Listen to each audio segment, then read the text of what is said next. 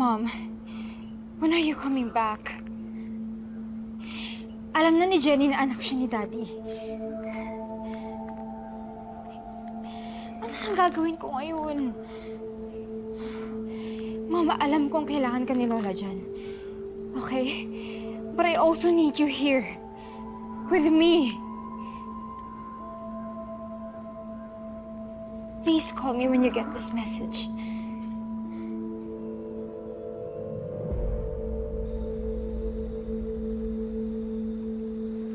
Gusto mo talagang makilala yung tunay mong ama? Hindi naman ho siguro gustong-gusto. Siyempre po, si Papsi pa rin naman ho yung tatay ko. Siya po yung nagpalaki sa akin, nag-alaga, nagmahal.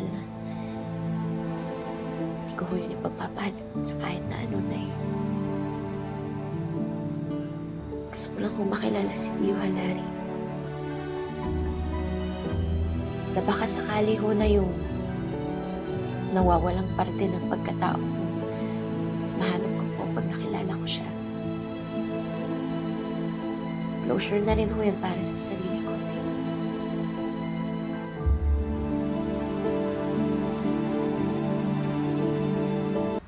Girls, congratulations again on the grand launch of Pizza Wrap! Congratulations! The client is so grateful and hopefully, ito na yung simula ng mas marami pang endorsements for everyone. Okay, girls, alam kong medyo jam-pack tayo pero kayang-kaya natin yan. Alright? Anya, I still have another thing that I need to discuss with everyone. In 2 weeks' time, it's gonna be Jenny's birthday. Yes! Oo nga pala, bas magpa-birthday ka na nga pala. Uy, happy birthday! Kaya we're going to have a big event to celebrate. Huwag na po, Miss Monica. Kasi kami po nung pamilya ko, si Nanay at Papsi, simpleng handaan lang po yung ginagawa namin palagi pag birthday ko. Of course not, Jenny. You are the leader of UB. Kaya you deserve a grand celebration. Iba ka na ngayon kesa sa dati. And mag-expect yung mga fans. Alam mo, iimbitahin natin yung mga press people, yung mga influencers, yung mga heads ng mga fan groups nyo. Iimbitahin natin sila lahat. And besides, gagawin ko siyang special content para sa mga social media platforms ng Yumi. Okay lang po ba na po nakahiya din po kasi? Mahiya ka pa? Imaginein mo yung lechon, boss. Boss, tamang-tama. Nabanggit ni Baste na di ka pa nagde-debut, di ba? Really? You know, that could be a headline, ha? Pwede natin siyang gawing grand ball. It's gonna be like a fairy tale. Lahat kayo naka-beautiful dresses. Di ba nakaka-excite yun, girls? Kaya, Jenny, take it as a gift. From me. From Astra M. Kanang tumanggi. Deserve mo yan. Imagine all the hard work and everything that you've been through. A celebration, why not?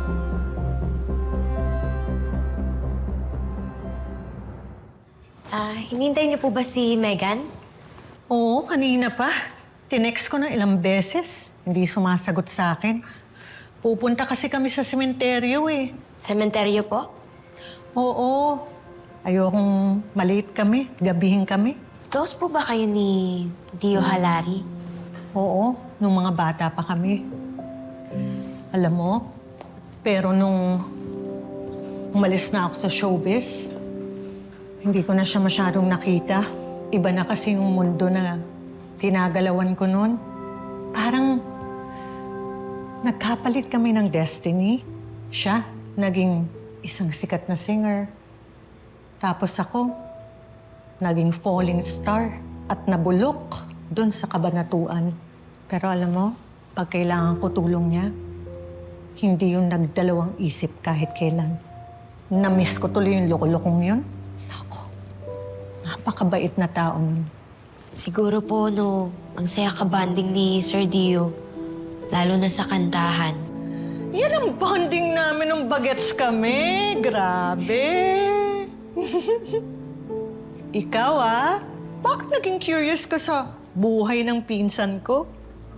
Wala naman po. Gusto Tita. ko lang po malaman. I thought we're going na. Finally. Kanina pa nga ako dito. Uy, Chenia, I had fun talking to you. Ulitin natin. Let's go. Atat ka lang, pagkatapos mo akong paghintayin ng matagal. Sige, di ka na. Finally, nadalaw na rin kita, pare. Bira ka naman kasi. Pasensya na kayo, hindi kita nadalaw sa ospital. Inabot ako ng malaking hiya. Nahiya ako sa inyong dalawa ni Mincy nung nadulas ako kay Charis. Huwag mo na isipin yun. Hindi naman kami nangingwenta ng mag-asawa Kaya kalimutan mo na yun. Mabuti na rin siguro nga lumabas na ang totoo. Pero George, ayaw pa rin naming malaman ng mga tao yung katotohanan. Kami ni Dara, napag-usapan namin na amin-amin na lang para maprotektahan ng mga bata. Tama naman. Malaking impact din siguro sa mga bata talaga kung sakaling may isa sa publiko. Anyway, naglilinis kasi ako ng music room ko na isang araw Dala mo na yan kanina. nakita ko to, pare. Alam kong magugustuhan mo to, kaya dinala ko sa'yo. Parang mapupunit na to sa luma. Oh, man. Ang ganda nito Oh, mayroon pa ganito. Asan na? Aba? Uy! Bebe ko, tingnan mo naman yung itsura ng napangasawa mo. Diba? Noon yan, Oo naman. Tingnan mo ngayon.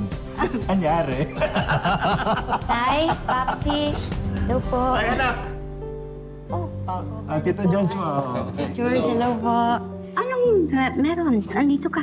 Nag-announce po si Miss Monica na may birthday celebration po ako. So lang po sanang i-share. Hindi po pwedeng wala kayo dun, ha? Ay, oo naman. Pupunta kami dyan, di ba, bebe ko? Yun. Siko ba to? Ako yan. Ay, pwede pong tignan. Sure. Ito po ba yung banda niyo noon? Yung halo po? Wow! Ito yung mga CD niyo po noon.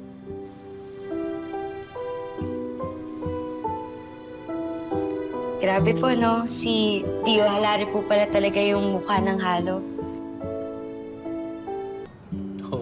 Si Dio talaga ang foundation namin. Hindi naman siguro kami sisikat kung hindi siya talagang magaling at magandang lalaki. Di ba, pare? Tapos po nabalitaan ko po na siya po pala yung sumulat halos ng mga kanta niyo. Sayang po, hindi ko man lang po narinig. Si Popsi din kasi hindi po tinuturo sa akin. Pero sa tingin ko po, hindi pa po huli ang lahat. Anak, alam mo, mabuti pa, itago na muna natin to kasi baka mabagsak mo, masira, magagalit pa yung Tito George mo sa'yo. Ano kung hindi? Dinala ko talaga para sa'yo yan. Marami pa ako niya sa bahay. Nak, papakita ko sa iyo mga litrato ng Tatay Perry mo. Magugustuhan mo. Ka.